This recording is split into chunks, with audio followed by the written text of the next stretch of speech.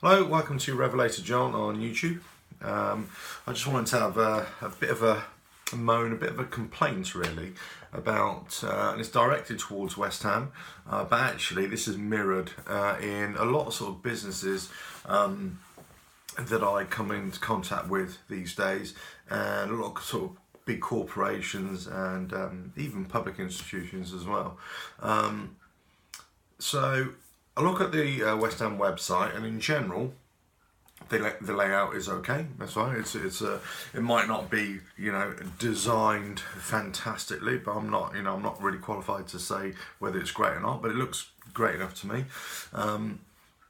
Easy to find things. Links to the ticketing and the shop and everything like that. But as an information resource, it's crap. It's really crap because you're trying to get into different aspects of like club history or trying to find out information about past events from West Ham, and it's just kind of very disjointed. It's all over the place. But that's just one thing. So that's like West Ham history. So okay, fine, But other things about current news, current latest information coming from West Ham, they're not really communicating it properly. So, injury news, first team news, under 23s, under 21s, academy stuff. It's kind of bits here, bits there. It's not really flowing information. It's not kept up to date. And there's stuff on there, that you click on it as in, okay, I want to find out the latest information about injury news or first team news, and it's about 3 or 4 weeks out of date, and you think, what? That's crap. So as a fan, if I wanted to find out from the horse's mouth exactly what is going on, it's just out of date. It's a waste of time. But even for media people or journalists or whatever, they want to find out the latest about West Ham, they go onto that website and think, well, this is crap. This is no good. So that's the website bit. Then, and this is like information to fans as well. Then you look at West Ham's use of social media, whether it's Twitter, Facebook, and whatever you want to use. And I don't know what it is, but I just get the impression that it's a bit frigging juvenile sometimes. It's almost like, oh yeah, we've kicked a ball, or we've scored a goal, or look what we did in 1995 on this day, and it's just like, it's a bit crap. Do you know what I mean? It's just a bit juvenile. It's not giving us any meat, to deal with. And then sometimes, I don't know who's doing the social media stuff, but I sometimes wonder, are they like a little 16-year-old or something? Because it just, the postings that make it really juvenile. And it's almost like you're not giving us proper information. You're just giving us daft information. Or you're putting out little things like saying, oh yeah, I don't know, oh, what about this or what about that, about the club? And it's just like, are you on the same planet? Do we support the same team? Or I wonder if you even support West Ham at all and you're just there for a job, and do you know anything about football at all? So that's a big complaint. I think the media side from West Ham, for some reason, it's just not working. It's just not working as well as it should be. Not only from an information point of view, as an information resource, and whether it's a website, whether it's the social media side as a kind of channel for that. But it's not working on an entertainment level either. So you can use social media in lots of different ways. You can use it to, populate information, make it go viral. Try to get to people whispering about different things. That's the kind of how you can use, Twitter and whatever in certain ways.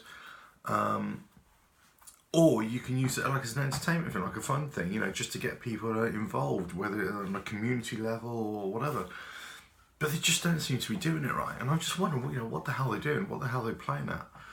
Then you look at West Ham TV, and you think, this is just crap. This is just really crap. So this is my point to West Ham, you know, my team, who I supported, you know, my whole life, pretty much, you know, since I was a boy. Why is it that when our manager has a press conference, that most of the footage is not from West Ham TV? It's actually from other sources, other news agencies that you're just taking a feed off. You should have West Ham TV news conference. It should be labelled, it should be West Ham Fan TV. That then could be as a resource that you could then send out to media agencies. You know, so I don't know, sort it out. Sort out. You know, the TV. You know, the YouTube channel is just. It's just not good enough. It's just not for a professional organisation, for a football club. Look at what other football clubs are doing. You know, don't just look at yourselves and say, we are West Ham and we're doing this the best way, because you're not. You're not doing it the best way. Not from an information point of view, not from an entertainment point of view, and not from even a warm and cosy feeling kind of point of view either. You know, just to keep the fans, you know, not the old timers, you know, not the middle-aged bold twats like me, and not the kids, you know, the teenagers, and certainly not the young kids as well. You need to have it on multiple levels, working in lots of different ways. It's just not working. So social media is just juvenile, and it just doesn't work a lot of the time. And you think, what the hell? And you open yourself up to lots of ridicule from people. And then when you put out a club statement, like today, put out a club statement that, you know, Sporting Club of Portugal, all of a sudden now, oh, apparently West Ham Sporting Club are all best friends now. You know, so that means that, you know, dealings in the future will be great. Well, you're acting like children. You're acting like children. Be professional. So this is then, now I'm directing this at the board, and not individuals, not Sullivan, Gold, Brady, you know, Karen Brady, and all the other people in the high levels of management. You're professional people, or so-called, regardless of what a lot of the fans think, regardless of what their personal feelings are towards you. This is what I'm saying to you, as individuals, as business people. You are very successful business people, but you're not running West Ham in a very professional and business-like way. Just from the communication point of view, one of the first rules, one of the foundation stones of a solid business is effective communication, from high up and filtering down and then out into the ether. You know, with the way you talk to your employees, the way you talk to the media, the way you talk to customers, the way you talk, you know, provide information, all that kind of stuff. It's poor. So then if we don't say, right, okay, well, a football club isn't a business. Well, you're living in cloud cuckoo land if you don't think it's a business. But okay, let's say it's not a business. Let's say it is a club, right? And we want to hold on to our club. Well, we as fans, we're the only ones really who think like that. We're the ones who support our club, but we don't really have a vested interest in that club anymore, like a tangible interest. Yeah, we keep on paying our money and, you know, buy tickets or season tickets, or we buy merchandise and we keep on cheering on. But, you know, you are the owners. It's your club now. You know, you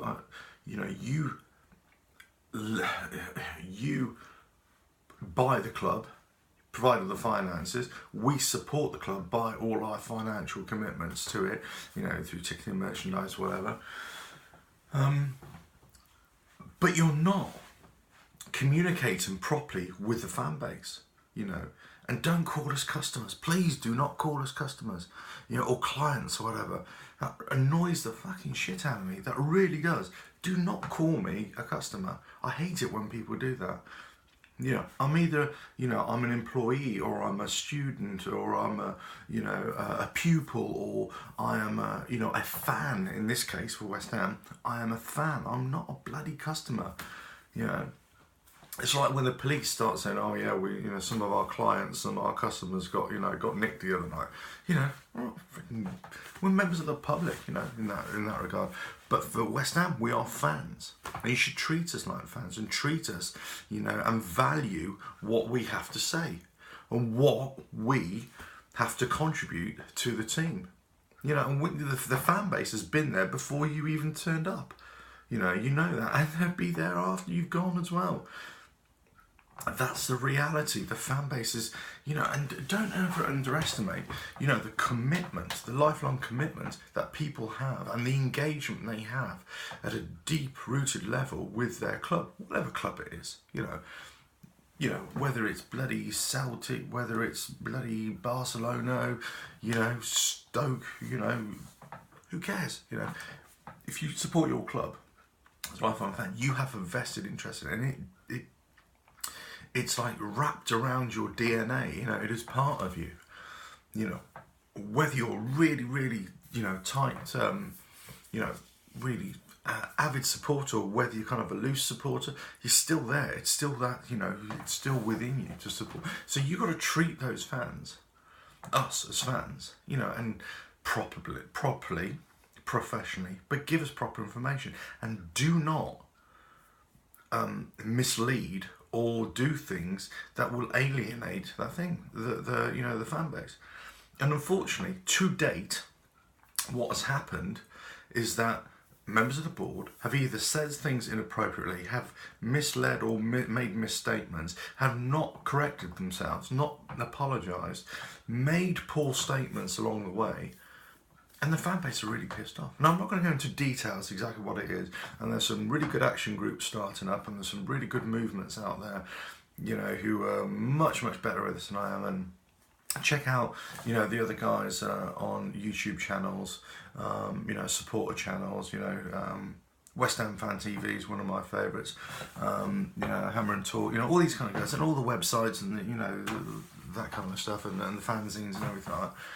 It's all good stuff, but pretty much a lot of people are sort of saying the same thing. Obviously we concentrate on the performance and tactics and all that kind of stuff, but actually there's a really, really strong anti-West Ham management, West Ham business structure, West Ham board feeling out there. And a lot of it's to do with how the board and how certain people have communicated with the fan base. The promises that were made, the false promises that were, or the misguided promises that were made, whichever way you want to interpret it.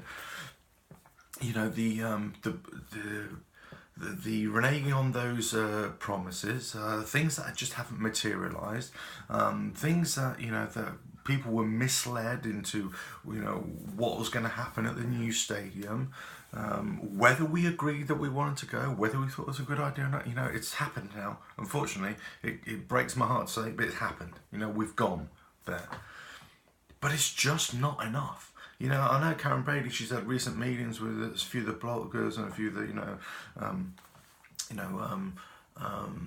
a few of the website guys and all that kind of stuff, a few of the YouTubers and everything like that.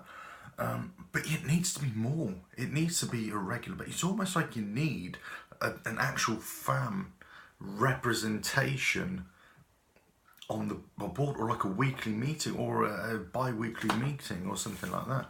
And you need to fully investigate how you're running your media department and your website and how you're giving that information out, because it's just not good enough. It really isn't, And I say this a lot, and I'm involved in this side as well, and I say this to lots of other businesses that I've come across with, and you can make the same appraisal of how bad businesses do their business, do their media business, do their PR. Bad ones are really bad at communicating, and they just don't communicate effectively, and they don't communicate properly, don't use the right words, and don't provide the right information. I'm not saying that as a board, as a club, you have to divulge all your secrets. I'm not saying that. And I appreciate that a lot of the things that you do, you have to keep under wraps until it's time to do so. Yeah, understand that. But the way in which you release information, has got to be done in a proper manner. And regardless of what information that is, whether it's, about the first team, whether it's about injuries, whether it's a women's team, women's team, whether it's about, the kids, whether it's about community stuff, whether it's about, the members of the team going out and doing, charity work or whatever it is, whatever the situation, you have to do it more regularly, better quality, and be accurate. And you have to also, if you make a mistake, you have to come out immediately and publicly, admit there was an error or something like that. You have to mature up a little bit. You have to get with the program a little bit and how you run your media side. Business side or whatever, that's another thing, that's another discussion, that's another video. The complaints that fans have, with the board and everything, that's another video, and that's another discussion, and lots of history, and there's lots of ill feeling out there, but you've got to really address it. One of these key issues is